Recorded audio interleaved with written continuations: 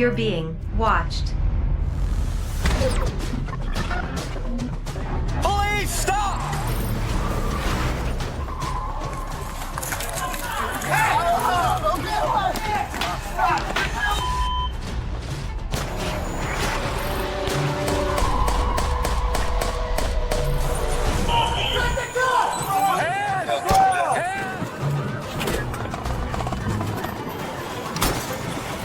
What the Hosted by Sean Sticks Larkin.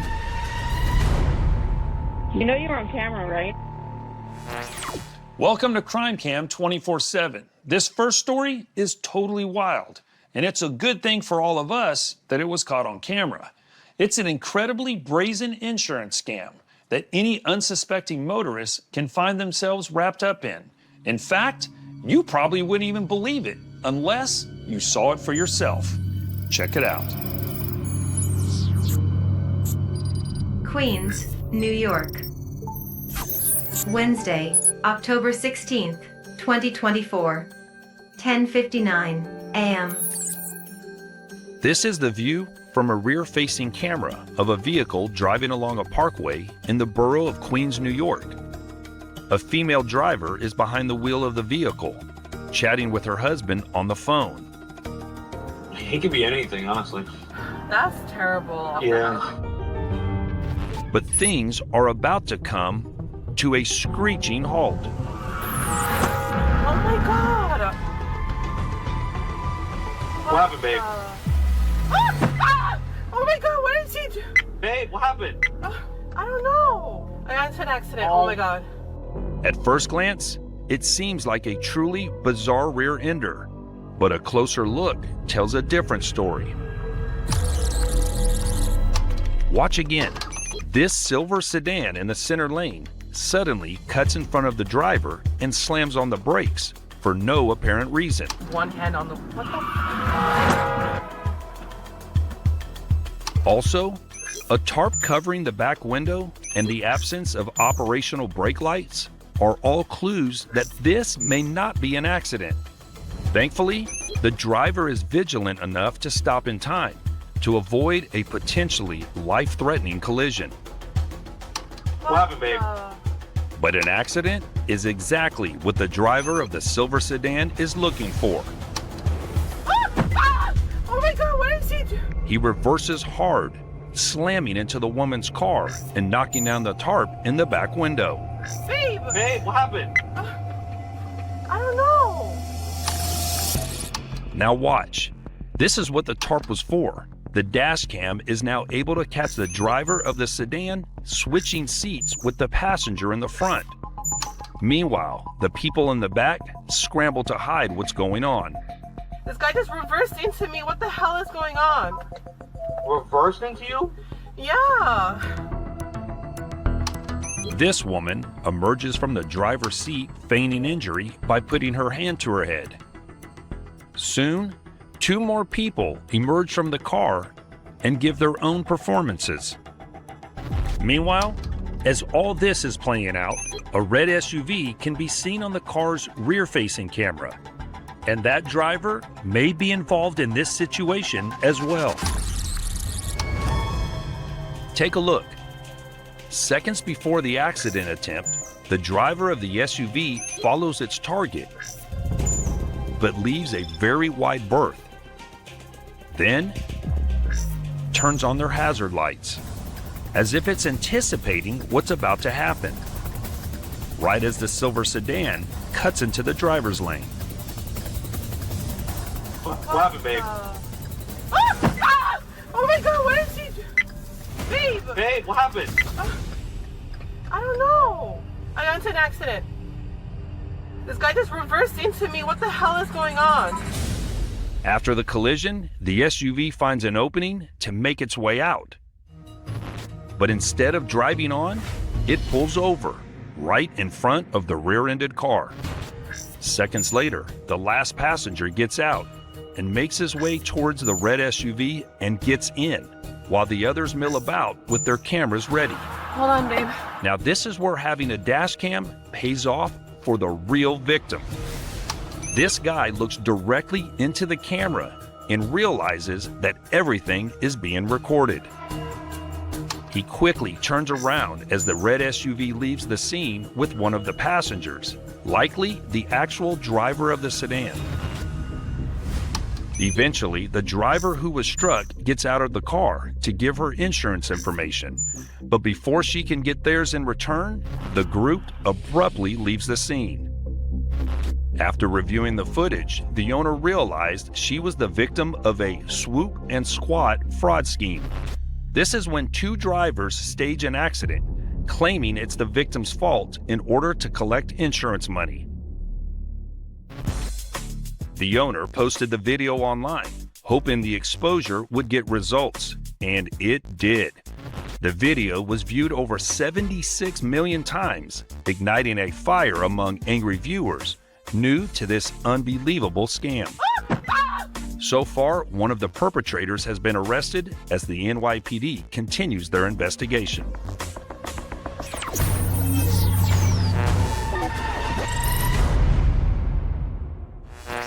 Prepare for more feeds. Next up, law enforcement agencies in many parts of the country have police and schools on a full-time basis as resource officers. Their role is the first line of defense for campus security, and they also deal with parents of children involved in discipline cases. And that can lead to some combustible situations. Deltona, Florida. Tuesday, November 19th, 2024, 9:23 a.m. This is the view from the body cam of Volusia County Sheriff's Deputy Julia Curtin. She's meeting with the parents of this student in an office on the middle school campus. Deputy Curtin speaks first. So I understand the frustration of the whole situation. A day earlier, the student allegedly shoved another child. Deputy Curtin, as the acting law enforcement agent on campus, charged the child with a civil citation of battery. The parents are understandably upset about a schoolyard scuffle turning into a legal situation and want to put the whole ordeal behind them. Let's forget about the I'm sorry here, I'm sorry there. Let's go and take care of what we have to take care of. Deputy Curtin is sympathetic to the parents' desires, but lets them know there's going to be a process to getting this resolved. What you can do is when this process goes through court, you can explain your side of the story to the judge. It's ultimately going to be up to the judge what is going to happen from here on out. And the deputy adds one more detail. He was the primary aggressor. But the mother isn't having it. That the primary this aggressor isn't an because she argument. was yelling at him. And dad is getting fired up as well. You failed a kid, okay? That's okay. You are failing kids right here. We're not talking about us. Getting increasingly agitated and escalates the situation. Now I'm telling you, I'm You're not gonna talking raise to your you. voice at me. Okay, You're not yes, gonna I raise am going to do. Okay. Guess what? Because I You paid gotta your go salary. Deputy Curtin gets up and asks the parents to leave the school. Then the father resorts to hurling insults while the student looks like he's trying to calm his father down. But it doesn't work. Why are you so worthless? Do you feel proud that you are this worthless lady? Do you feel this proud that you are this worthless? Shut the up because I paid your salary. You don't. The mother of the student tries to intervene. I paid your salary. You don't. Your hand in my Okay? face. This is gonna happen. That's what happened. Look, what is gonna happen? But the student's father seems to forget. This isn't a teacher or even the principal. This is a sheriff's deputy he's taunting. No wonder you're. You need to leave. Curtin radios for backup as she follows the family out into the hallway, Please You hide. need to leave. You are. where the incident turns physical. More time. Don't do that.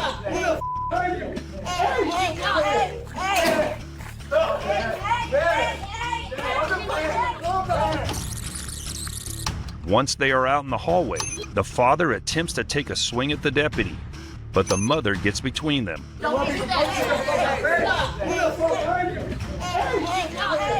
Another staffer steps in to keep the father away, but he shakes her loose and lunges for Deputy Curtin. Curtin pulls a taser from her duty belt and points it at the man, who winds up and punches Curtin in the face, knocking her to the ground. That's right. This man just punched an officer and knocked her to the floor. With Curtin laying dazed on the ground, the father snatches the taser from her hands. Staff members manage to separate the father, still holding the taser, from Curtin, who rises to her feet. Put it down right now! Curtin pulls her service weapon and orders the man to drop the taser. Put it down right now! The father complies, while his wife and a staff member try to talk some sense into him. Put your hands behind your back!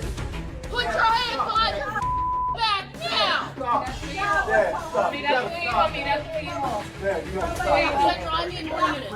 He finally gives up and complies with Deputy Curtin's orders Put your hands behind your back now! and is taken into custody.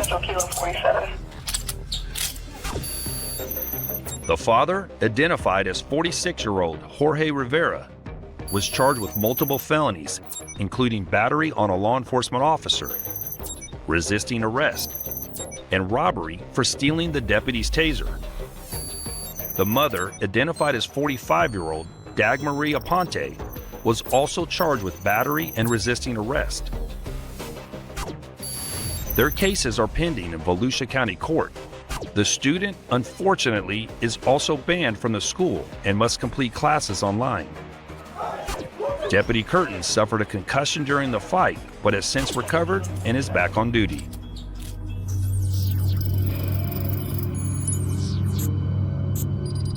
Oakland, California. Monday, August 14th, 2023, 2:45 p.m.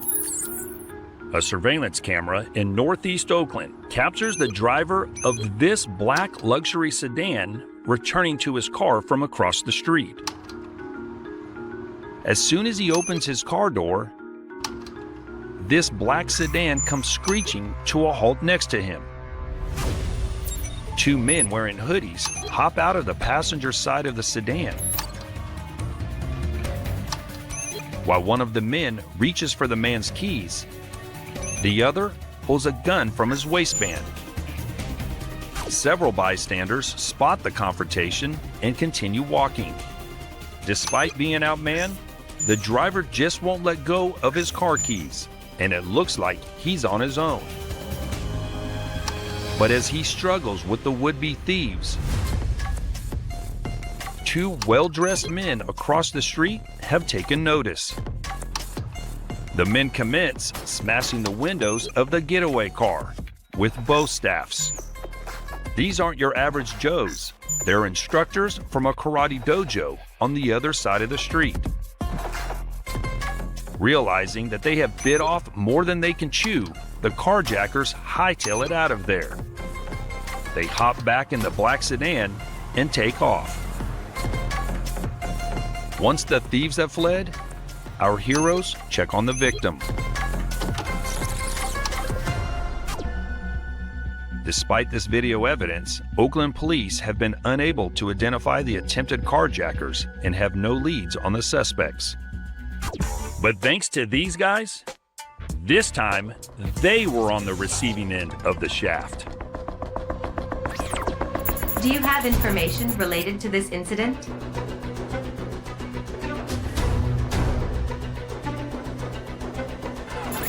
Please contact Crime Stoppers USA at 1-800-222-8477. Prepare for next feed.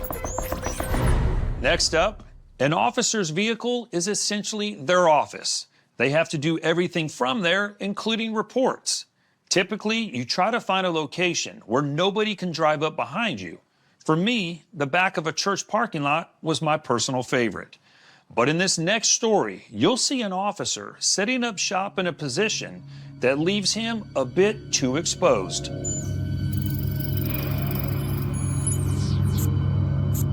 Westminster, Colorado.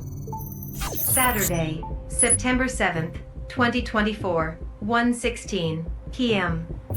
Colorado State Patrol Corporal Ty Simcox is sitting in a marked patrol car parked in the median along a major highway just outside Denver, flanked by concrete barriers on both sides.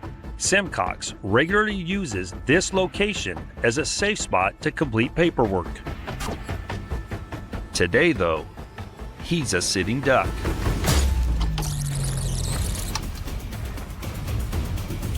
When a truck slows down next to the cruiser, bullets hit the front windshield of the patrol vehicle, disabling the front-facing dash camera. But the rear passenger-facing camera of the car was also recording when the shots were fired and captures this black pickup pulling alongside and bullets ripping through the cruiser.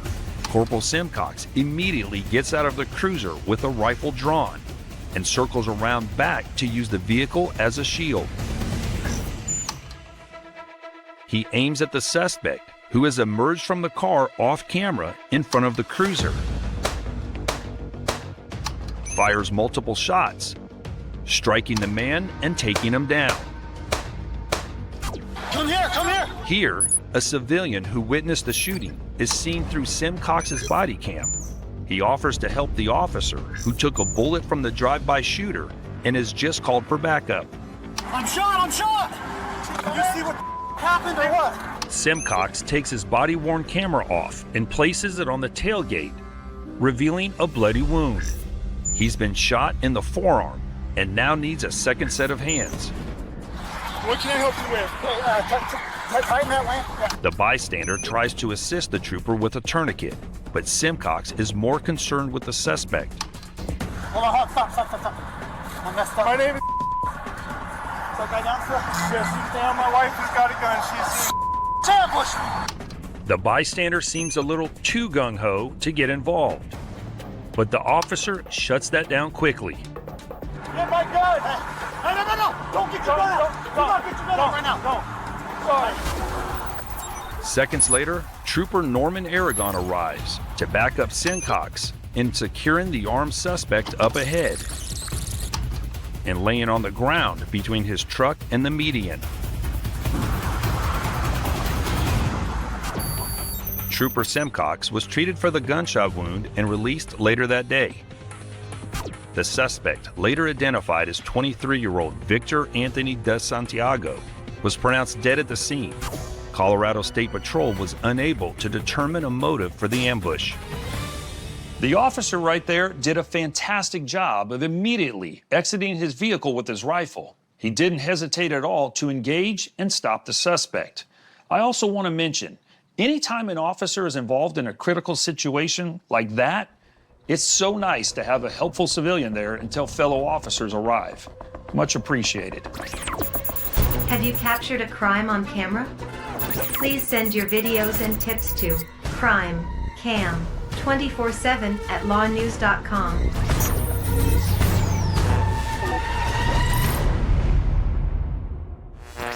Prepare for more feeds.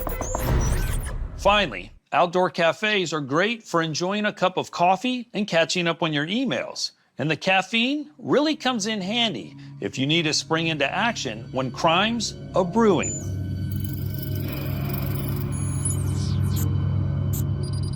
Houston, Texas. Monday, August 12th, 2024, 9:39 a.m. A customer at this cafe is enjoying a cup of coffee while typing away on her laptop on a warm summer morning. Sporting a sundress and flip-flops, she focuses on her laptop as her valuables are spread out on the table and chair next to her. The woman looks like an easy mark, and trouble is percolating behind her. two women approach, with one eyeballing the bag sitting out in the open on the chair. The thief decides to French press her luck and make a dash with the purse. But it won't be so easy.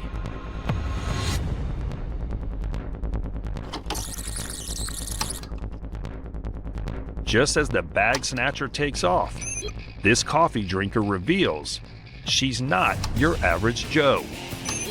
The customer runs full steam after the thief and makes a sweet open field tackle that any defensive coordinator would be proud of. The two women tumble to the ground as the customer recovers the fumble. The thief seemingly realizes she messed with the wrong woman and walks off defeated. Nice chai. Better luck next time. The victim was able to flag down a Houston police officer in the area and give a report. Police released an image of the suspect's vehicle, but reportedly have no leads in the case. These thieves saw a sundress, flat shoes, and an easy mark. What they didn't see was the heart. I mean, look at that. Well done, young lady. And if I ever meet this hero at a coffee shop, scones are on me. That's all for this edition of Crime Cam 24/7. I'm Sean Sticks Larkin, and thank you for watching.